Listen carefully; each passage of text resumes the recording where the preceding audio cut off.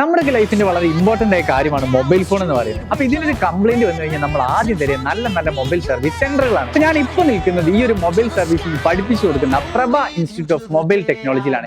ഇതിന്റെ ലൊക്കേഷൻ വരുന്നത് നമ്മുടെ കോഴിക്കോട് ദുബായ് ബസാറിലാണ്. അപ്പൊ എന്റെ കയ്യിൽ കുറച്ച് ചോദ്യങ്ങളും അതുപോലെ തന്നെ കുറച്ച് സംശയങ്ങളൊക്കെ ഉണ്ട്. അപ്പൊ ഇതിന്റെ കൂടുതൽ കാര്യങ്ങൾ നമുക്ക് അകത്ത് പോയിട്ട് ഒന്ന് അന്വേഷിച്ചു വരാം.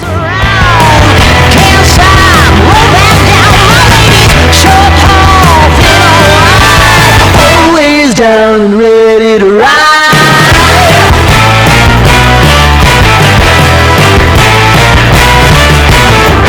On my road, billion by billion, and holding up in the sky. Raise your hand if you're ready and willing. If you know it's time for a good time.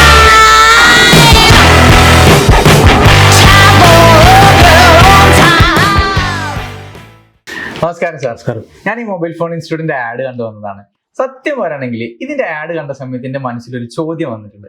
അതായത് ഒരുപാട് മൊബൈൽ ഫോൺ ഇൻസ്റ്റിറ്റ്യൂട്ടിന്റെ ആഡുകൾ കാണുന്നുണ്ട്. അപ്പം ഒരു വർഷം തന്നെ അപ്പൊ ഒരുപാട് സ്റ്റുഡൻസ് പഠിച്ചിറങ്ങുന്നുണ്ടാവുമല്ലോ അല്ലെ? അപ്പൊ ഇത്രയും ആളുകൾക്കൊക്കെ ജോലി സാധ്യതയുള്ള ഒരു ഫീൽഡാണോ ഈ മൊബൈൽ ഫോൺ ഇൻസ്റ്റിറ്റ്യൂട്ട് എന്ന് പറയുന്നത്? യെസ്, തീർച്ചയായും. കാരണം നമുക്കറിയാം, ഇപ്പം ചെറിയ കുട്ടികൾ മുതൽ പ്രായമായവർ വരെ മൊബൈൽ ഫോൺ യൂസ് ചെയ്യുന്നവരാണ്. നമ്മുടെ വീട്ടിൽ തന്നെ എല്ലാ അംഗങ്ങളും ഒന്നോ അതിലധികമോ ഫോണുകൾ യൂസ് ചെയ്യുന്ന ആൾക്കാരാണ്. നമ്മുടെ രാജ്യത്ത് 140 കോടി ജനങ്ങളിൽ 90% പേരും ഒരു ഫോണെങ്കിലും യൂസ് ചെയ്യുന്നവരായിരിക്കും. അപ്പോൾ ഇതൊരു നിത്യോപയോഗ സാധനമായതുകൊണ്ട് തന്നെ ഇതിന് കംപ്ലൈൻറ്റ് വരാൻ സാധ്യത വളരെ കൂടുതലാണ്. അപ്പോൾ സാധാരണഗതിയിൽ നമ്മളിത് ഓതറൈസ്ഡ് സർവീസ് സെൻ്ററിനെയാണ് എല്ലാവരും സമീപിക്കുക. പക്ഷേ അവിടെ കുറേ പരിമിതികളുണ്ട്.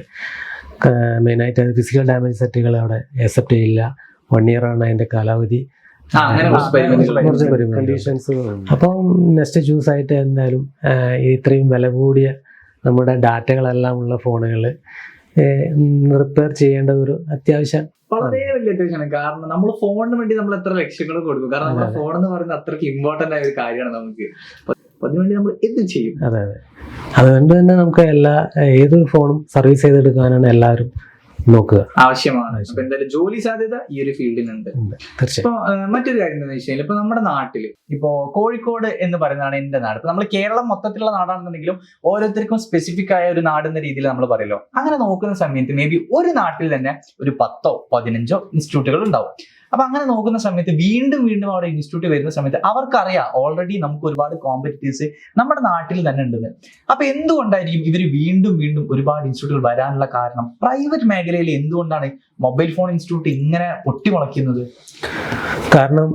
കാരണം ഇത് ഒരു പ്രൊഫഷണൽ കോളേജിലോ പോളിടെക്നിക്കിലോ അങ്ങനെയുള്ള ഗവൺമെന്റ് സ്ഥാപനങ്ങളൊന്നും ഇതൊരു സിലബസ് ആയിട്ട് ഇതുവരെ പഠിപ്പിച്ചിട്ടില്ല, ഒരു കോഴ്സ് ആയിട്ട് ഇതുവരെ തുടങ്ങിയിട്ടില്ല.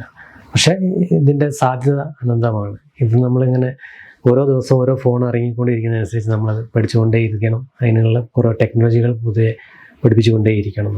അല്ല, അത് സത്യം പറഞ്ഞാൽ വലിയൊരു ചോദ്യമല്ലേ? കാരണം ഇത്രയും സ്കോപ്പുള്ള ഒരു മേഖല ആയിട്ട് കൂടെ എന്തുകൊണ്ടായിരിക്കും ഒരു കോളേജിലും ഇതിന്റെ ഒരു കോഴ്സ് ഇറങ്ങാത്തത്? കാരണം അതിന്റെ അപ്ഡേറ്റഡ് സ്പീഡ് തന്നെയായിരിക്കും. കാരണം ഇത് പ്രാക്ടിക്കലായിട്ട് നമ്മൾ കുറേ അധികം പഠിക്കേണ്ടതുണ്ട്. തിയറി മാത്രപരമായി പഠിച്ചു പോയാൽ കാര്യമില്ല. പ്രാക്ടിക്കലി. അപ്പൊ ഇത് എക്സ്പീരിയൻസ് ചെയ്യുന്ന ആൾക്കാരുടെ അടുത്ത് നിന്ന് തന്നെ വേണം ഇത് പഠിച്ചെടുക്കുക എന്നുള്ളതാണ് ഇതിന്റെ മെയിനായിട്ട് ലക്ഷ്യം.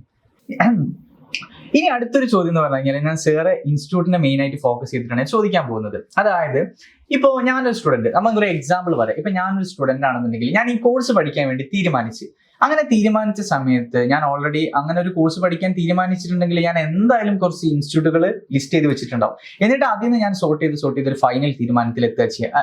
അങ്ങനെ നോക്കുന്ന സമയത്ത് ഞാനൊരു 10 ഇൻസ്റ്റിറ്റ്യൂട്ടിന്റെ പേരുകൾ എടുത്തു വെച്ച് എന്ന് വിചാരിക്കാം. അതിൽ ഞാൻ എന്തുകൊണ്ട് പ്രഭ ഇൻസ്റ്റിറ്റ്യൂട്ട് ചൂസ് ചെയ്യണം? അതായത് വൈ പ്രഭ എന്നൊരു ചോദ്യം ഞാൻ സാറോട് ചോദിക്കുകയാണെങ്കിൽ അതിന്റെ ഉത്തരം എന്താ?